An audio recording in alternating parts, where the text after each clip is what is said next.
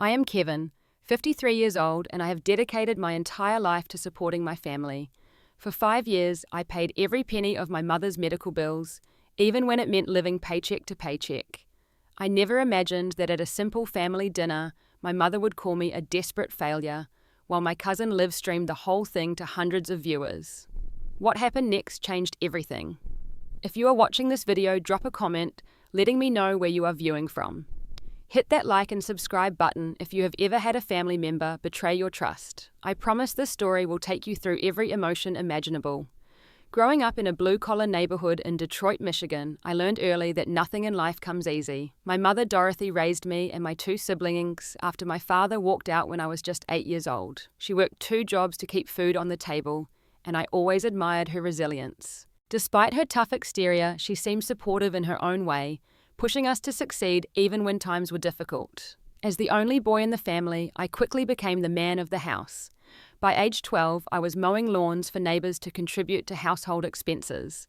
My mother would often tell others how proud she was of her son stepping up, though she rarely said those words directly to me. Even then, I desperately wanted her approval, working harder each time she seemed disappointed in my efforts. My sisters Amanda and Patricia had different relationships with our mother. Amanda, the oldest, was the academic star who made Mum proud with her straight A's and eventual nursing career. Patricia, the youngest, was the charmer who could make Mum laugh even on her worst days. I was simply the reliable one, the workhorse who got things done without much fanfare. When I turned 18, college was not an option for me financially, so I joined a construction crew. The work was backbreaking, but I had a talent for understanding structural elements and coordinating teams. I worked every overtime shift available, sending part of each paycheck to help my mother even after moving out. By my late 20s, I had worked my way up to foreman, and by 40, I had reached management level, overseeing large commercial projects across the state. At 25, I married Laura, my high school sweetheart, who had patiently waited while I established my career. We had 2 beautiful children, James and Andrea, and for a while, life seemed perfect. I worked 60-hour weeks to provide a comfortable life for my family, missing ball games and recitals, but believing I was doing what a good father should. My marriage began showing cracks when I hit my early 40s. Laura complained that I was married to my work, and she was right. By 45, we were signing divorce papers, with Laura taking the house and half my retirement. It was a devastating blow, but I focused on maintaining good relationships with my children and continuing to advance in my career. Throughout these adult years, my relationship with my mother remained complicated. She would call when she needed financial help or practical assistance, but our conversations rarely went deeper. She attended the kids' birthday parties and major holidays, where she would inevitably compare my life choices unfavorably to those of my sisters. Amanda had married a successful attorney and had 3 perfect children. Patricia had pursued a glamorous career in pharmaceutical sales that allowed her to travel the world. 5 years ago, everything changed when my mother was diagnosed with severe rheumatoid arthritis. The pain was debilitating, and soon after her doctors identified heart problems that required expensive medications. At 76, her Medicare coverage helped, but left significant gaps. Without hesitation, I stepped in to cover her medical expenses, even though I was still recovering financially from my divorce. My mother moved in with Amanda, who had the larger home with a dedicated guest suite, but it was understood that I would handle the majority of the medical costs. Every month, I transferred $2,000 to cover prescriptions, specialist visits, and treatments not fully covered by insurance. This meant downsizing from the small house I had purchased after my divorce to a modest 2-bedroom apartment. It meant saying no to opportunities to visit my daughter Andrea during her semester abroad. It meant brown bag lunches and no vacations, but I never complained. She was my mother, and this was my responsibility. What made the situation more challenging was a significant setback at work. I was passed over for a regional director position that would have substantially increased my salary.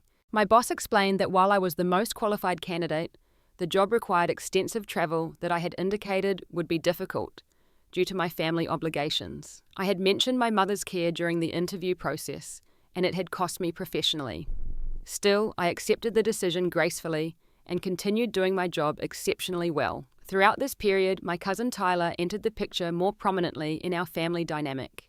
15 years younger than me, Tyler had built an impressive following on social media platforms by documenting family gatherings and telling stories about our extended family history. He had a charismatic personality and a knack for finding the humor or drama in ordinary situations. I always enjoyed his company, finding his enthusiasm refreshing, though I sometimes felt uncomfortable with how much family business he shared with strangers online. Tyler had recently begun live streaming events rather than just posting edited videos, and his audience was growing rapidly. He claimed that people connected more with unfiltered real-time content. I had appeared briefly in the background of a few of his videos during holiday gatherings, but had never been a central focus. That was about to change in ways I could never have anticipated. It was a Tuesday evening when Amanda called to invite me to a special family dinner that weekend. My mother was experiencing a period of improved health after adjusting to a new medication regimen, and Amanda wanted to celebrate with an extended family gathering. She mentioned that Tyler would be there along with several aunts, uncles, and cousins we hadn't seen in months. What struck me as unusual was that Amanda emphasized how much Mum specifically wanted me to be there. In recent years, my mother had rarely requested my presence beyond obligatory holiday gatherings, so this sparked a small flame of hope within me. Perhaps she was finally recognizing my sacrifices and wanted to express her appreciation. I immediately agreed, despite having planned to catch up on work that weekend. A significant construction project was behind schedule, and I had intended to review blueprints and contractor bids. However, this invitation seemed important, possibly a turning point in our relationship. I promised Amanda I would be there by 5 o'clock on Saturday. The days leading up to the dinner were hectic at work, but I found time during lunch breaks to shop for a gift for my mother. Despite my tight budget, I wanted to bring something meaningful. I settled on a silver-framed photo of her, with all her children and grandchildren from last Christmas, along with a bottle of the perfume she had worn since I was a child. The total came to nearly $100, which meant I would need to cut corners elsewhere in my budget that month, but it felt worth it. Saturday afternoon arrived, and I spent extra time getting ready. I chose my best navy suit, the one I reserved for client meetings, and polished my dress shoes to a high shine. Looking in the mirror, I noticed the wrinkles around my eyes had deepened since my divorce, and streaks of grey now dominated my formerly dark hair. Still, I wanted to project success and stability, even if my bank account told a different story. As I drove the 30 minutes to Amanda's suburban home, I rehearsed positive responses to the inevitable questions about my work and personal life. I would emphasize my team's recent successful completion of a downtown office renovation, rather than mentioning the promotion I had missed. If asked about dating, I would mention the coffee meetings I had enjoyed with a woman from my apartment complex, omitting that they had led nowhere. I was determined to present the best version of myself, still hoping after all these years for my mother's approval. Amanda's house was impressive. A 4-bedroom colonial in an upscale neighborhood with manicured lawns and luxury vehicles and driveways. Her husband Jeffrey's law practice had flourished in recent years, allowing them to renovate extensively. I parked my 8-year-old sedan between a BMW and a Mercedes, feeling the stark contrast between my lifestyle and theirs. The moment I stepped through the front door carrying my wrapped gift and a bottle of wine, I was enveloped in the chaos of family. Aunts kissed my cheeks, uncles clapped my shoulder, and cousins waved from across the crowded living room. Amanda greeted me with a quick hug, taking the wine and directing me to place the gift on a table already piled with brightly wrapped packages. I noticed Tyler's equipment immediately, a professional-looking camera mounted on a tripod in the corner of the dining room, angled toward the large table set for 16 people. He was adjusting lighting while talking animatedly into a smaller handheld camera. "And now we have my cousin Kevin arriving," he was saying as I approached. "Kevin is our family rock, the guy who shows up even when life gets crazy. Say hello to my viewers, Kev." I smiled awkwardly and waved, unprepared for the immediate spotlight. "Good to see you, Tyler. Quite a setup you have here." Tyler beamed, lowering his voice slightly. "Yeah, we're hitting record numbers lately. This live dinner thing has been huge for my channel. People love seeing authentic family dynamics. Don't worry, I edit out anything super personal before saving the final version." I nodded, though something about the situation made me uneasy. Before I could inquire further, I spotted my mother seated in a place of honor in the living room, surrounded by my sisters and several nieces and nephews. She looked better than she had in months, her hair freshly styled and wearing a new blouse I hadn't seen before. I approached with genuine warmth, bending to kiss her cheek. "You look wonderful, Mom. The new medication must really be helping." She turned her face slightly, so my kiss landed near her ear rather than her cheek, a subtle rejection I had experienced countless times before. "Oh, Kevin, you finally made it. I was just telling everyone about Patricia's daughter getting accepted to Stanford. Full scholarship too, not that they need it with Patricia's husband doing so well in investments. I maintained my smile, having long ago mastered the art of hiding the sting of her dismissals. That's fantastic news. Megan always was brilliant. I sent her a congratulations card last week. My mother continued as if I hadn't spoken, turning back to her audience. And Amanda has been absolutely saint, like letting me stay in her beautiful home. The contractor just finished my bathroom renovation last month with one of those walk-in tubs that are so much easier on my joints. I didn't mention that I had contributed $1,500 toward that bathroom renovation, in addition to my regular monthly payments for her medical care. Instead, I asked if she was feeling stronger with the new medication protocol. "Oh, you know how it is, some days better than others," she replied vaguely, before brightening as she spotted someone behind me. "Margaret, you made it. Come tell me about your Mediterranean cruise." Taking the hint, I moved away, circulating through the room and making small talk with relatives. Several asked about my work, and I gave the polished answers I had practiced. A few inquired about my kids, and I proudly shared that James had recently been promoted at his engineering firm, and Andrea was considering graduate school applications. Throughout these conversations, I couldn't help noticing how my mother lit up when speaking with anyone else. She laughed at my Uncle Robert's corny jokes, cooed over baby photos on my cousin Barbara's phone, and listened with rapt attention to Patricia's stories about her recent business trip to Tokyo. Yet each time I approached her orbit, her expression would flatten her responses, becoming clipped and disinterested. As cocktail hour progressed, Tyler continued filming, occasionally narrating to his audience, and directing family members to speak into the camera. When he approached me with his handheld camera, he explained that the live stream had already begun on the main equipment. "So you are okay being part of this, right? Most of the family signed those release forms I emailed last month. I don't remember if you sent yours back." I hadn't received any email about releases, but I didn't want to create problems. "I trust you, Tyler. Just maybe avoid catching me with my mouth full of food," I joked. Tyler laughed. "Will do, cousin. This is going to be epic content, trust me." I've got almost 300 viewers already, and we haven't even started dinner, as I sipped my single glass of wine, careful not to exceed my limit. As the driver, I overheard my mother holding court among my aunts, speaking animatedly about Amanda and Patricia's accomplishments. Amanda had recently been appointed to the board of a local hospital foundation. Patricia's son had won a regional tennis championship. The pride in my mother's voice was unmistakable as she shared these stories, yet in the half hour I had been there, she hadn't asked me a single question about my life or work. I pushed down the familiar disappointment and reminded myself why I was here, why I had sacrificed so much over the years. Family was family, and at 76, my mother deserved respect and care, regardless of our complicated relationship. Perhaps tonight would finally bring the connection I had always hoped for. By 6:30, Amanda announced that dinner was ready, and we all moved toward the elegant dining table. Crystal glasses caught the light from an overhead chandelier, and the fine china place settings indicated this was indeed a special occasion. I noticed name cards at each seat and quickly located mine, finding myself positioned near the far end of the table, between a second cousin I barely knew and an elderly aunt who was hard of hearing. My mother sat at the head of the table with Amanda and Patricia flanking her sides. The seat of honor directly opposite my mother was occupied by her oldest friend Judith. The seating arrangement sent a clear message about family hierarchy, though I told myself not to read too much into it. At least Tyler had set up his main camera at the end where I was seated, which meant I would likely appear only in profile or background shots during the meal. Jeffrey, Amanda's husband, stood to offer a toast once everyone was seated. He raised his wineglass with practiced elegance, his attorney voice projecting clearly across the table. "To Dorothy, whose strength and resilience continue to inspire us all, we celebrate your improved health and the joy you bring to this family. May you enjoy many more years of comfort and happiness, surrounded by those who love you." Everyone raised their glasses with enthusiastic agreement. I lifted mine as well, genuinely happy that my mother was feeling better and hoping her improved condition might mean reduced medical expenses in the coming months. When the toast concluded, I added, "And here's to the doctors who developed that new medication protocol. Modern medicine is truly miraculous." I had intended this as a positive contribution to the toast, but my mother frowned slightly. "Doctors are well paid for what they do, Kevin.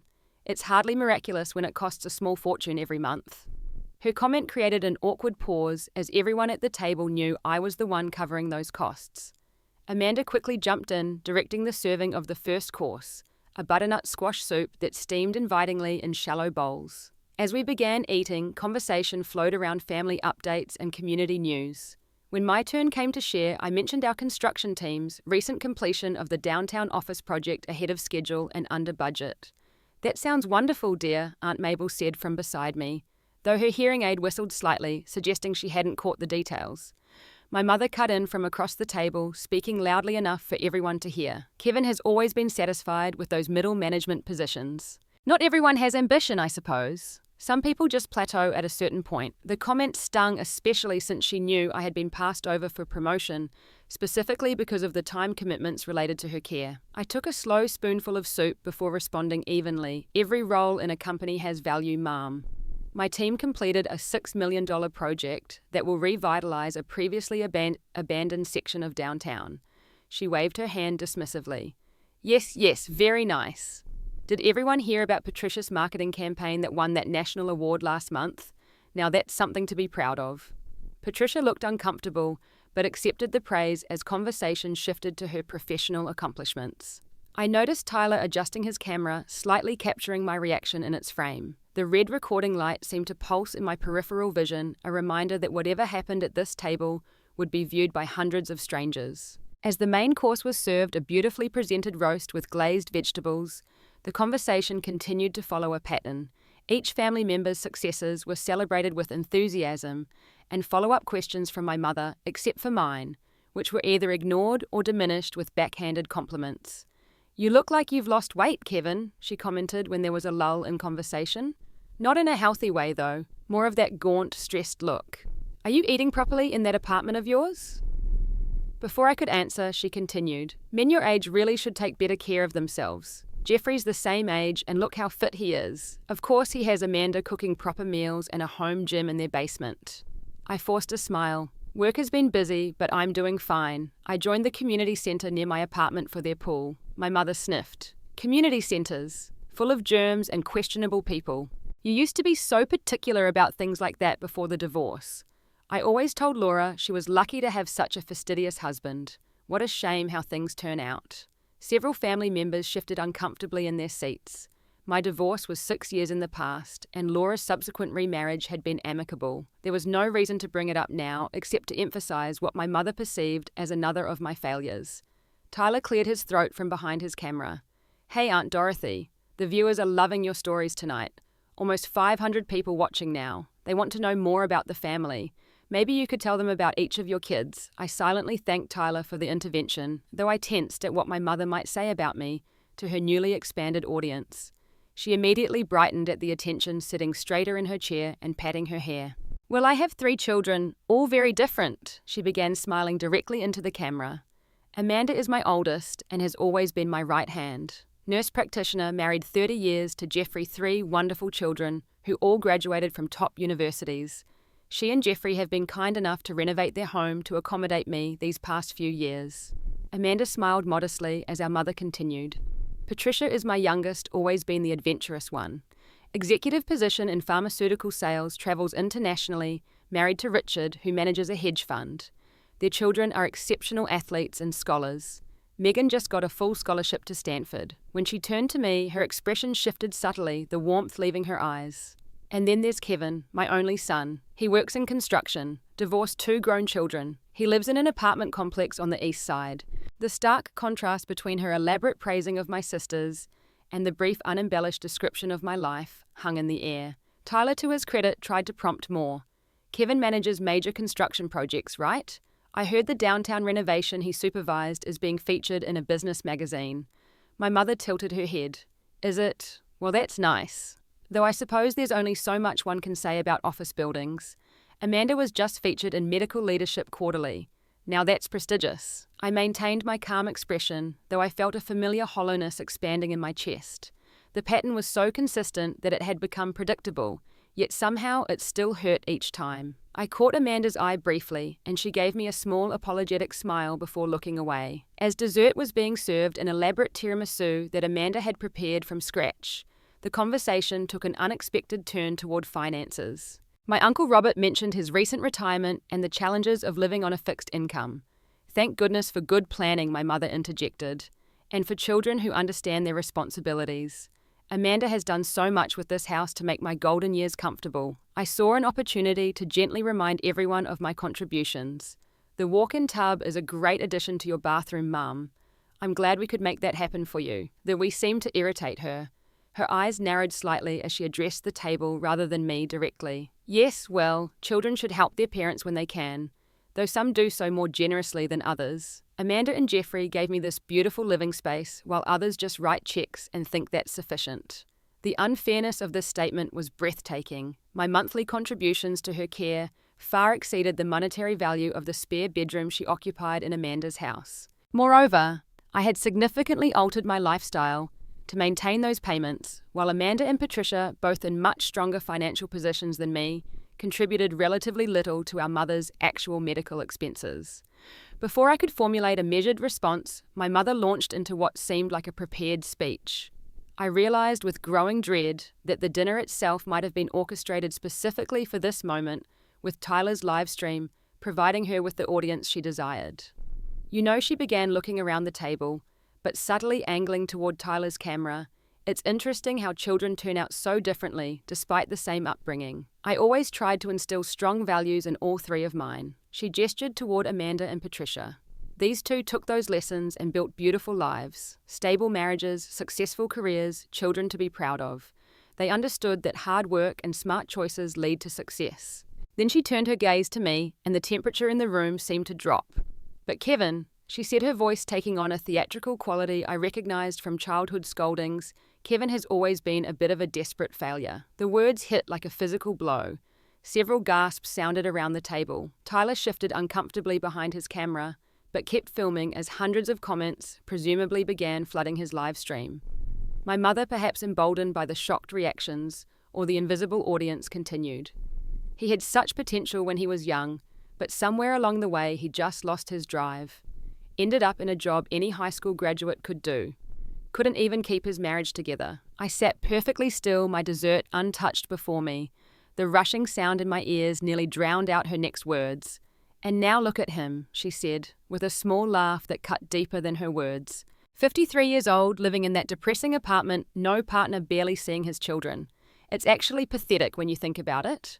All that potential wasted. She took a delicate bite of her tiramisu before continuing. "Of course he sends money for my medicine. The least he could do, really, considering how much I sacrificed raising him after his father left. Though I sometimes wonder if his father had the right idea leaving when he saw what he was dealing with."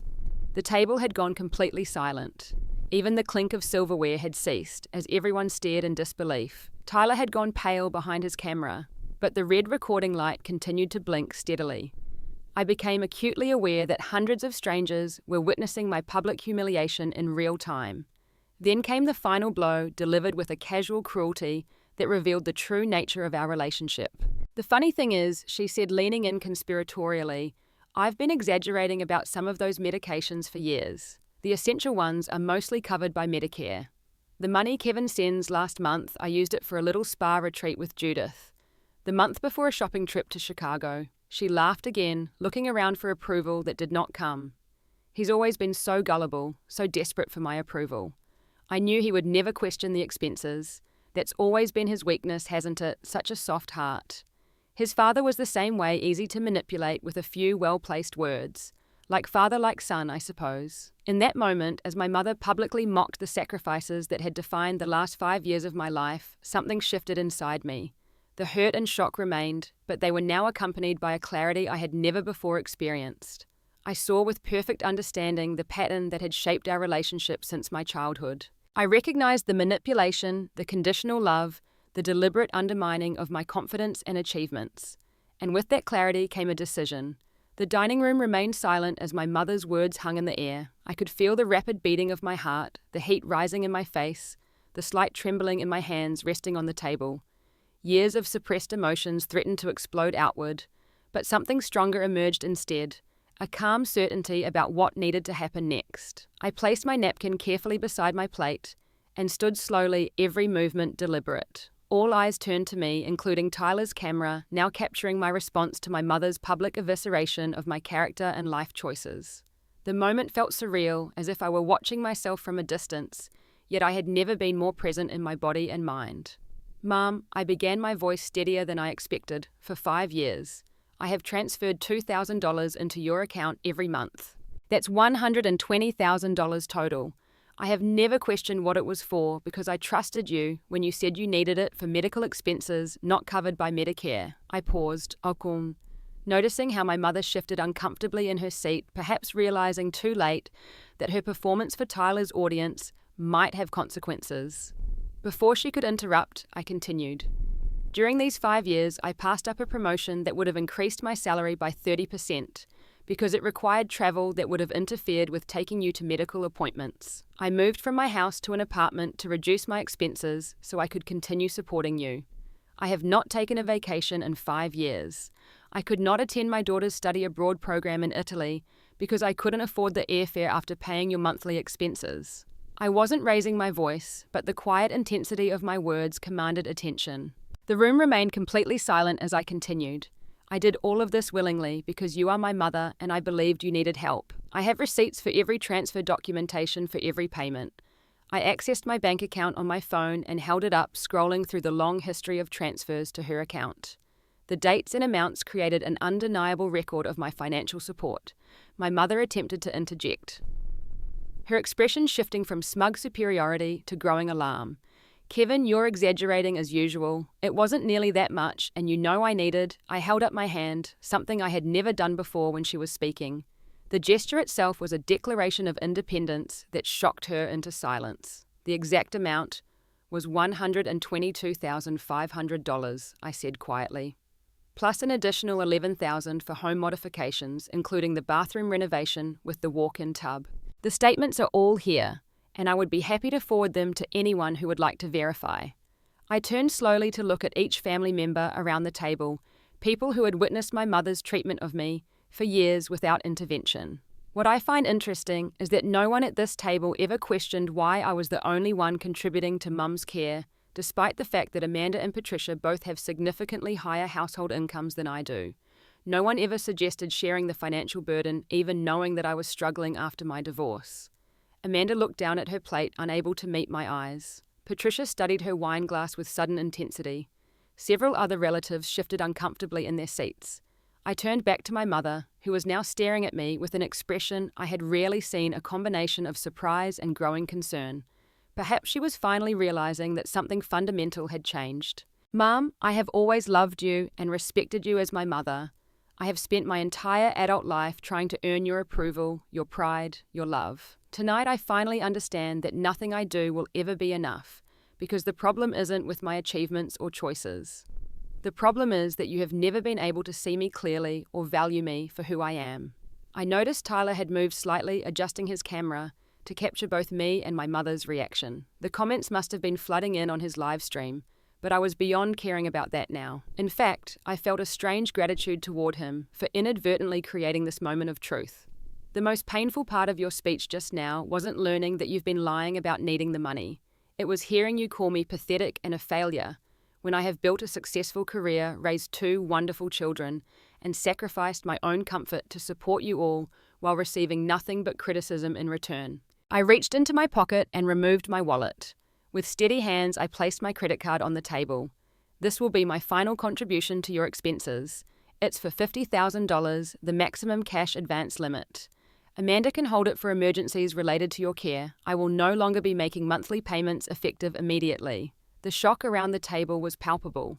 My mother finally found her voice, though it had lost its earlier confidence. Kevin, you're being ridiculous. You can't just stop supporting your mother because your feelings are hurt. This is your responsibility. I looked at her calmly. No, Mum, it isn't. Not exclusively. You have 3 children, all financially stable. From now on, the responsibility for your care and expenses will be shared equally among us, or managed however Amanda and Patricia choose to arrange it. My obligation has been fulfilled many times over. I turned to address my sisters directly. I won't leave you stranded. The credit card will provide transition funds until you can adjust your budgets. But after this evening, I am establishing clear boundaries about what I can and will contribute going forward. Tyler cleared his throat from behind his camera. Guys, just so you know, we're at over 800 viewers right now, and the comments are overwhelmingly supportive of Kevin. A lot of people are sharing similar stories about family dynamics. My mother paled visibly. What? People are watching this. Tyler, turn that thing off right now. This is a private family matter. Tyler shook his head. Actually, Aunt Dorothy, you knew I was live streaming. You even asked me earlier where to position yourself for the best angle. You said you wanted to share our family dinner with my audience. For the first time in my life, I saw my mother completely flustered, caught in her own contradiction. She attempted to backpedal quickly. I was only joking about the medications and money. Obviously, I need those treatments. Kevin knows that. We have a little back and forth banter, that's all. It's our way. I shook my head slowly. No, Mum, it's not banter when only one person is laughing. Your health has been improving for months, which is wonderful. But your Medicare coverage is excellent. And between that and the supplemental insurance policy that I also pay for your actual out-of-pocket expenses are minimal. The truth is coming out now, and we all need to accept it. Mum, I continued, softening my tone slightly, I forgive you for the manipulation and the lies. I even forgive you for never being able to express pride or love toward me. But forgiveness doesn't mean allowing the pattern to continue. This evening marks a change in our relationship. I looked over at Tyler, who was watching me with a mixture of apology and admiration. Tyler, thank you for inadvertently creating this moment of clarity. Sometimes we need an outside perspective to see what's been in front of us all along. Tyler nodded soberly. Kevin, for what it's worth. I'm sorry this happened this way, but man. The comments are saying what you're doing right now is incredibly brave. A lot of people are finding it inspiring. I appreciated his words but was focused on concluding this long overdue confrontation. I turned back to the table, addressing the entire family. Thank you for the dinner and the company. I think it's best if I leave now. Amanda, I will call you tomorrow to discuss arrangements for Mom's care going forward. Mum, I hope you enjoy the photo frame I brought. It's a reminder that despite everything, we are still family. With those words, I placed the credit card in Amanda's hand, nodded respectfully to the stunned relatives around the table, and walked out of the dining room with my head held high. No one tried to stop me. No one called after me. The only sound was the soft murmur of Tyler's voice as he narrated the aftermath to his viewers. As I retrieved my coat from the front closet, Tyler followed me momentarily, leaving his main camera behind. Kevin, seriously, are you okay? That was intense back there. I had no idea she would say those things about you. I nodded, feeling strangely calm, despite the emotional earthquake that had just occurred. I'm better than okay, Tyler. For the first time in decades, I feel like I've finally stood up for myself. Your live stream may have been the best thing that could have happened tonight. Tyler looked relieved. The comments are blowing up supporting you. People are calling you a hero for standing up to toxic family dynamics. Some are saying they wish they had the courage to do what you just did. Tell your viewers, thank you from me, I said, genuinely appreciative of the unexpected support from strangers. And Tyler, no hard feelings. This needed to happen. As I walked to my car, I heard the front door open behind me. Turning, I saw Amanda hurrying down the path, a conflicted expression on her face. Kevin, wait, she called, catching up to me beside my car. I don't know what to say. I had no idea Mum was lying about the medications. I should have questioned why you were carrying so much of the financial burden alone. I studied my sister's face, seeing genuine remorse mixed with anxiety about the new responsibilities she was facing. The anger I might have felt toward her for her complicity in our mother's behavior was overshadowed by my newfound clarity and peace. It wasn't just your responsibility to question it, Amanda. It was mine too. I enabled her behavior for years because I was still that little boy desperate for her approval. We all played our assigned roles in this family dynamic. Amanda nodded slowly. What happens now, I took out a business card and wrote a phone number on the back. This is my financial advisor. Call him on Monday and he can help you and Patricia work out a sustainable plan for Mum's expenses going forward. The credit card will cover things for now, and I'm not abandoning the family, I'm just establishing healthy boundaries. She took the card. Tears forming in her eyes. I'm sorry, Kevin. For what it's worth, I am proud of you. I always have been. The simple words I had longed to hear from my mother touched me deeply, coming from my sister. Thank you, Amanda. That means more than you know. As I drove away from Amanda's house, I felt an overwhelming mix of emotions. Grief for the maternal relationship I had never truly had. Relief at finally breaking free from the cycle of seeking approval that would never come. Anxiety about the family fallout that would inevitably follow. But most prominently, a profound sense of liberation, as if heavy chains I had carried for decades had suddenly fallen away. My phone began buzzing with messages almost immediately, but I turned it off and placed it in the console. Whatever reactions were coming from family members or Tyler's viewers could wait. This moment belonged to me alone, a private acknowledgement of a turning point in my life. For the first time in years, I drove without a destination in mind, just following the road as tears of release finally came. They were not tears of self-pity, but of cleansing, washing away years of suppressed pain and disappointment. As the city lights blurred through my tears, I felt something unexpected begin to take root within me. Hope. The days following the dinner were simultaneously difficult and liberating. After driving for nearly 2 hours that night, processing my emotions and gathering my thoughts, I had returned to my apartment and slept more soundly than I had in years. When I finally turned my phone back on Sunday morning, I found it flooded with messages. There were angry texts from my mother alternating between guilt trips demands and attempts to reframe what had happened. Patricia had sent several messages expressing shock and confusion, along with questions about how we would manage Mom's finances going forward. Amanda had written a longer, more thoughtful message acknowledging her role in the family dynamic and committing to do better. Most surprisingly, there were dozens of messages from people I didn't know, sent through social media accounts I rarely used. Tyler had apparently shared clips from his live stream that had gone viral overnight. Strangers were reaching out to share their own stories of family manipulation and to thank me for demonstrating how to set boundaries with dignity. I responded selectively, answering Amanda and Patricia with practical information, but not engaging with my mother's attempts to pull me back into our old pattern. To Tyler's credit, he called to check on me and asked permission before sharing any additional footage. He seemed genuinely concerned about my well-being and somewhat awed by the response his live stream had generated. I had taken my first personal day from work in over 2 years, needing time to adjust to this new reality. The financial relief was immediate and substantial. Without the monthly $2,000 payment to my mother, my budget suddenly had room to breathe. I could afford small luxuries I'd denied myself for years. More importantly, I could begin rebuilding my savings and planning for my own retirement needs. The emotional adjustment proved more complex. Decades of seeking my mother's approval had shaped my identity and decisions in ways I was only beginning to recognize. There was grief in acknowledging that the loving maternal relationship I had always craved would likely never materialize. Yet with that grief came a curious lightness, a freedom to define my worth on my own terms, rather than through her critical lens. Within 2 weeks, I had begun looking for a better apartment. With my improved financial situation, I could afford a place in a nicer neighborhood closer to work and with amenities I had long sacrificed.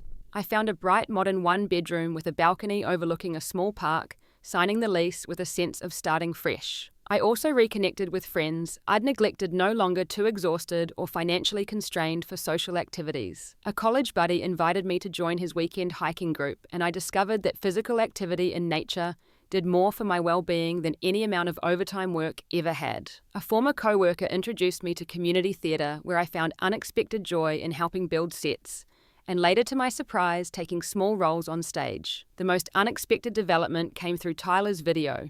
As clips continued to circulate online, I began receiving messages from people facing similar family situations. Many expressed that they had never seen someone stand up to parental manipulation with such composure and clarity. Without planning it, I found myself offering advice and support to strangers navigating their own boundary-setting journeys.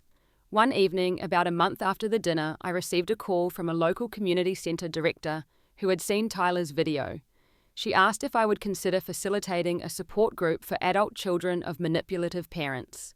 The idea both terrified and intrigued me. I had never seen myself as a leader in this arena, yet my experience seemed to resonate with so many. After careful consideration, I agreed to a trial run of 6 weekly sessions. Preparing for that first meeting forced me to articulate the insights I'd gained and the strategies that had helped me break free from unhealthy patterns. To my surprise, 15 people showed up, each carrying their own version of my story. The healing that began in that circle extended far beyond what I could have imagined for them and for me. My relationship with my family evolved in varied ways.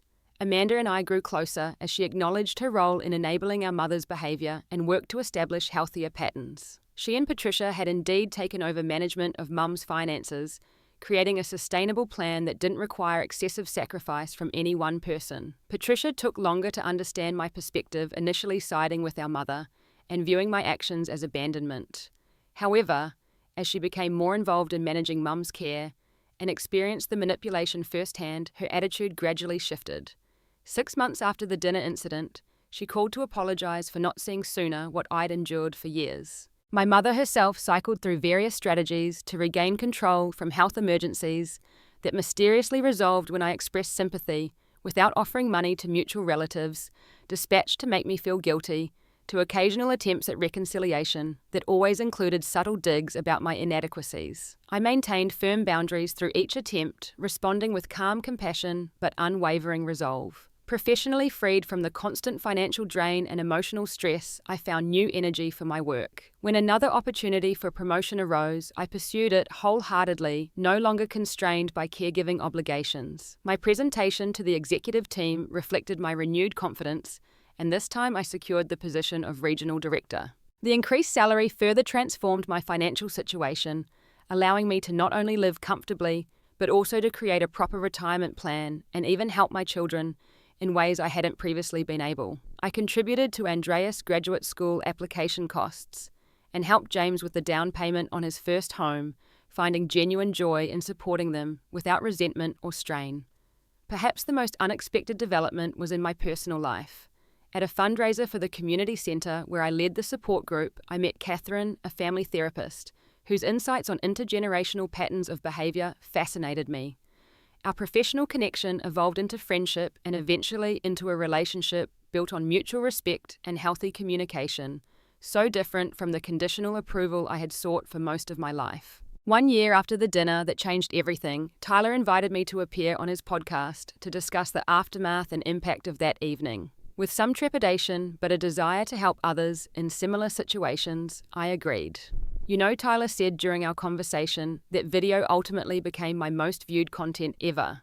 But more importantly, the comments section turned into this amazing resource of people supporting each other through setting boundaries with toxic family members. I nodded, still somewhat amazed by the ripple effects of that evening. Sometimes the most painful moments lead to the most necessary growth. I never set out to become a public example, but if my experience helps others find their voice and their boundaries, then some good has come from decades of difficulty. Tyler looked at me thoughtfully. Would you change anything if you could go back to that dinner? I considered the question carefully. In truth, I wouldn't. It needed to happen exactly as it did. The public nature of it, while initially humiliating, prevented any gaslighting or denial afterward. The clarity I gained was worth every difficult moment. And the freedom that followed has transformed my life in ways I never could have anticipated. Looking back now from a place of healing and growth, I can see that the dinner that exposed my mother's true feelings about me was actually the greatest gift she ever gave me. It forced me to confront patterns I'd normalized for decades and to recognize my own worth independent of her approval. The public nature of the confrontation, while painful in the moment, created accountability that private conversations never could have achieved. In the years since that night, my healing journey has taken me through grief, anger, acceptance, and finally to a place of genuine peace. The support group I started has expanded to 3 weekly sessions, helping dozens of others recognize and address similar family dynamics. We focus not on villainizing difficult parents, but on establishing healthy boundaries and finding self-worth beyond family validation. My relationship with my mother has settled into a careful distance. I see her at major family gatherings, maintain polite conversation, and no longer expect the maternal warmth and pride I once desperately sought. This acceptance has been liberating, allowing me to appreciate her strengths while no longer being wounded by her limitations. She continues to live with Amanda, with financial support now appropriately distributed among my siblings and me. The unexpected blessings have far outweighed the initial pain.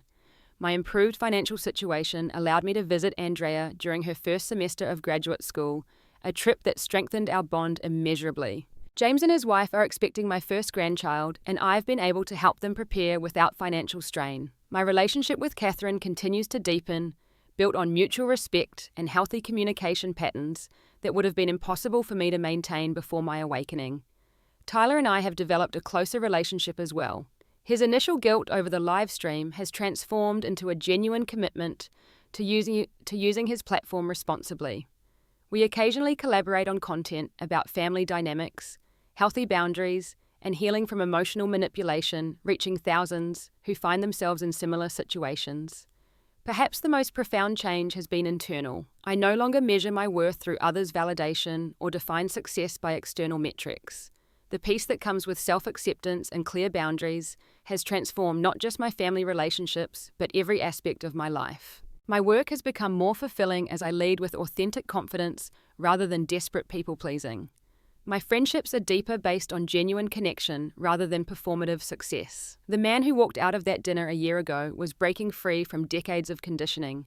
The man I am today is rebuilding on a foundation of self-respect and clear boundaries. The journey has not always been easy, but it has been unquestionably worth it. Each step away from toxic patterns has been a step toward authentic living. For those of you watching who recognize your own story and mine, know that it is never too late to change the narrative. Setting boundaries is not selfish, it is necessary for healing. Speaking your truth even when your voice shakes is an act of courage that ripples beyond your own life. And finding your worth beyond others' approval is the greatest freedom you will ever know. If my story has resonated with you today, I encourage you to take one small step toward healthier boundaries in your own life. It might be as simple as declining an obligation that drains you, or as significant as having a difficult conversation you've long avoided. Remember that healing is not linear, and every step forward matters, even when followed by temporary steps back. Have you ever had to set difficult boundaries with family members? Share your experience in the comments below. Your story might be exactly what someone else needs to hear today. And if this content has been valuable to you, please consider subscribing and sharing it with others who might benefit. Together, we create communities of support that transform individual healing into collective growth. Thank you for listening to my journey from manipulation to freedom. May your own path lead you to the peace and self-acceptance you deserve.